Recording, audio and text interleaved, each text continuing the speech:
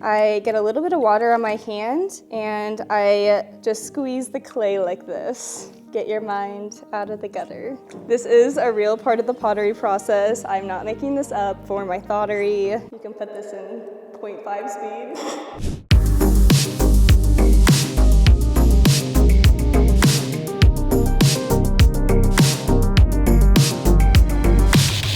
Hi guys, welcome back to my pottery channel. Today we're going to be making some mugs. I have one example of one right here. I'm going to be pulling the handle first, which is that part, obviously. I have a chunk of clay. We're going to start out by wedging it like normal. And then once I get all the air bubbles out from wedging it, I'm going to start making it into like a hot dog shape. So it's a little longer. Usually when you're wedging clay, your goal is to make it into a ball so that you can throw it on the wheel. But because we're pulling handles, we're gonna make it more into a shape like this. I like to just pat it out to make it a little skinnier.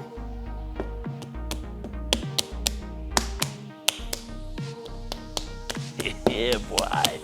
Right, now I have it in this cone shape here. I'm going to use the bigger part as like a handle, and then I'm gonna take my bucket of water. I get a little bit of water on my hand and I just squeeze the clay like this. Get your mind out of the gutter. This is a real part of the pottery process. I'm not making this up for my thottery, but you basically just do this until the clay is thin enough for a handle. You can put this in 0.5 speed. When I'm doing this, I'm also making sure that my hand is squeezing all sides evenly. So I'll start here, squeeze here, and then I'll go on the sides and squeeze the sides. We're getting close to the thickness that we want our handle. So I'm gonna start making it more flat here, going across this way, and skinnier on the side. We're looking pretty good. I'm gonna take my thumb and I'm gonna do a thumb imprint like this, and then I'm gonna do that on both sides. And then that gives us a nice little handle. I'm gonna sit this on the table. I'm using this little rib tool here, and I'm gonna slice this clay. I'm slicing it at a 45-degree angle down so that when you put it up against the mug, it will kind of curve with the curve of the mug. So I'll tilt this to the side and like this. And then I'm just gonna sit this here and let it dry for a few minutes, and then I can squeeze the sides and give it this texture that you see on this handle here. While I wait for these handles to dry, I'm gonna take this trash bag and just cover up these mugs I made earlier so they don't dry out before the handles are done. And while we're waiting on those to dry, I'm gonna start trimming some of these mugs. A few of them are drier than the others, so this one's a really good leather hard dryness to actually trim, but a few of the others I just threw, so those are really wet and they need to dry just a little bit longer. All right, let's go to the wheel. We're at the wheel. I'm gonna start by trimming this guy here. I'm gonna start out by getting the wheel just a little bit wet and making sure that there's no leftover clay or clay dust on it. And then with the sponge, I'm just gonna take a little bit of the water and rub it around the rim. This will help it adhere to the wheel head better. On the wheel, we have circles, and that helps me actually determine where the center of this wheel is. And so I'm gonna do my best looking at those circles to get it in the center. By tapping it, it helps it adhere with the wetness of the rim, kind of suction cups it together. And then very slowly, I'm gonna spin the wheel and kind of use my finger here to determine if it's actually in the center. If you go really slowly, you can see that my finger touches it about right here. And then when I'm spinning it, keeping it in the same spot, it doesn't touch on the other side. So what I'm gonna do is stop it where I feel it touch and push it in the opposite direction, just a tiny bit.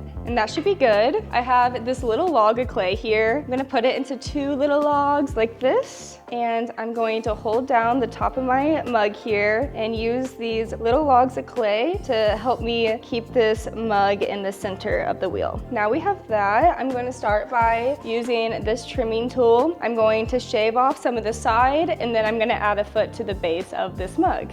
This is really satisfying. The pointy bit here and kind of drawing an indent like this. The reason we add a foot to a mug like this is so when I'm glazing this piece later, I know where to stop the glaze. If you were to put the glaze all the way to the base of the mug, it will likely run a little bit and actually stick to the kiln shelf. And we don't want that to happen. So by adding this foot, when I do go to glaze it, I will leave this tiny bit completely bare, not covered in clay.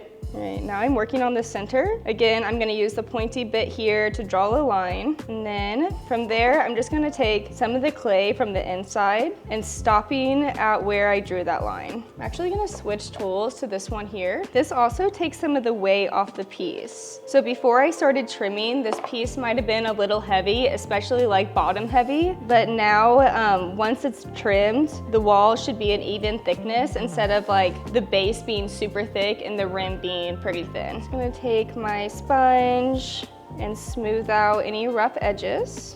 And then very gently, gonna remove these little logs. And we have our mug. I need to clean up the top here, but now we have our foot and I can carve this and add the handle. Now I'm gonna start adding some texture to my cup here. I have some carving tools here. These are my favorite. They're diamond core carving tools. I like to add stripes to the top section here. So I'm just gonna take this tool and carve away these stripes at the top. I got the top section done, and then I'm gonna add a different texture to the bottom. I don't know how to describe it. You'll see in a sec. All right, if I ever trim too much off a mug here, and this one doesn't have a hole yet, but it is a really thin and it might cause a little hole here, I'm just gonna take a little piece of this clay and literally use it like a Band-Aid. I got this flower texture around this whole mug, and now I'm just gonna carve in the spaces that are blank and kind of connect all the flowers together. When I first started doing pottery, I was not very good at wheel throwing, obviously. So I would make these mugs that were super thick because it's kind of hard to get a really thin mug. And I started carving the mugs like this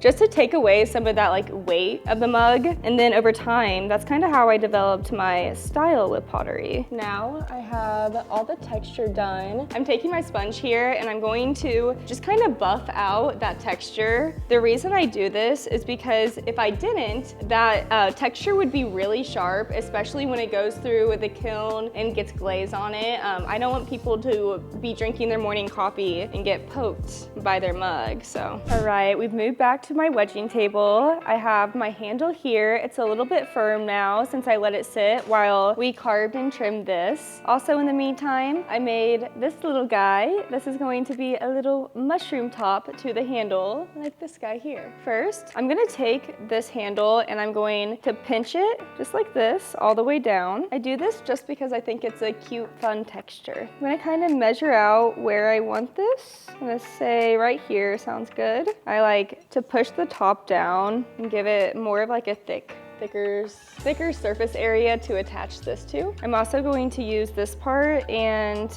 kind of give it a curve. So when I put it against the mug, that curve matches the mug. We're gonna take our little needle tool here and we're going to score the clay, basically just making it really rough. We're gonna do that on this part of the mushroom. And then when we stick the two together, the scored clay kind of acts as a Velcro. I'm gonna take a really tiny amount of water here, get it a little bit more damp. And then basically I'm just smushing this together and smoothing out the edges. It looks like this now, and I'm gonna decide where I want it on my mug. We're just gonna place it. It's like a little test just to see. And then I'm going to take my needle tool and kind of just trace where the handle lands on the mug. And then we're gonna do the slipping and scoring on both the mug and the handle. We got this part done. We got this part done, and now we can attach them. I'm gonna add a tiny bit of water. And then same thing, I'm just pushing the handle to the mug, and then I have my hand on the back side of the mug to kind of make it sturdy so that I don't like crumble the mug. All right, I got a little brush here. I'm going to dip it in some water, and I'm gonna use the brush to smooth out this little crease where the mushroom meets the mug. My sponge is a little too big to get into this area, and a brush will do just fine. Alrighty, I got that adhered now, and now I'm just gonna take my hands, I'm gonna pinch the clay like this along this mushroom just to give it a more whimsical texture, I guess. It's a little bit more wavy now. And now I'm just gonna keep it under plastic wrap for a few days so that this handle dries really slowly. It's really important to make sure that it dries slowly because unfortunately handles like to crack off, and I would have done all this work for nothing. So I'm gonna treat it like a baby and keep it under plastic wrap. But thanks for watching me make a mug. I hope you enjoyed. You can find me on OnlyFans at haven.tunein or Instagram at haven.tunein. Bye guys.